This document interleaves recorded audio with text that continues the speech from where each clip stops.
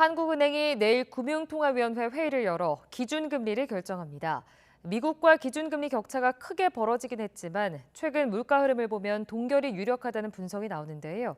최대 변수는 국제유가가 될 전망입니다. 조태현 기자입니다.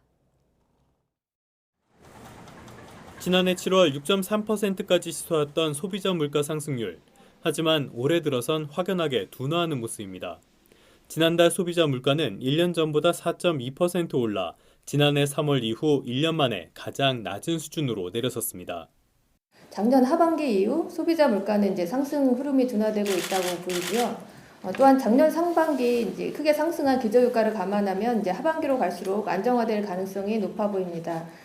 물가를 잡기 위해 기준금리 인상을 이어갔던 한국은행으로선 한숨 돌리게 된 셈입니다. 미국과의 기준금리 격차가 1.5%포인트까지 벌어졌지만 우려했던 자본 유출의 조짐도 아직 나타나지 않고 있습니다. 원달러 환율 역시 여전히 높긴 하지만 1달러에 1,400원을 넘어섰던 지난해와는 사뭇 다른 분위기입니다. 물가 둔화까지 이어지는 만큼 한국은행 입장에선 이번 금융통화위원회 회의에서 기준금리를 높일 이유가 없다는 평가가 나옵니다. 최근에 노동시장 지표들이 특히 안정화되면서 이제 금리 인상 기조가 꺾이지 않을까라는 그런 의견들이 많이 나와 있습니다. 이에 따라서 외환 시장에서 사실은 한국은행이 부담해야 되는 부담이 굉장히 줄어들었고, 그래서 이제 한국 경제에 보다 초점을 맞춰서 금리 정책을 운영할 수 있는 환경이 조성되었습니다. 다만 국제유가는 변수가 될 수 있습니다.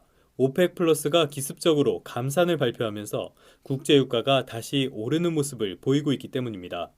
추세적으로 원유가 상승을 유발할 수 있는 요인이 될 수가 있습니다. 그럼 원유가가 상승을 하게 되면 다시 석유류 가격은 상승을 할 가능성이 커지고요. 또 무엇보다도 공공 서비스 요금이 문제인데요. 만약 국제유가의 변동성이 크지 않다면 향후 통화정책의 방향성은 물가보단 경기를 가리킬 것으로 보입니다.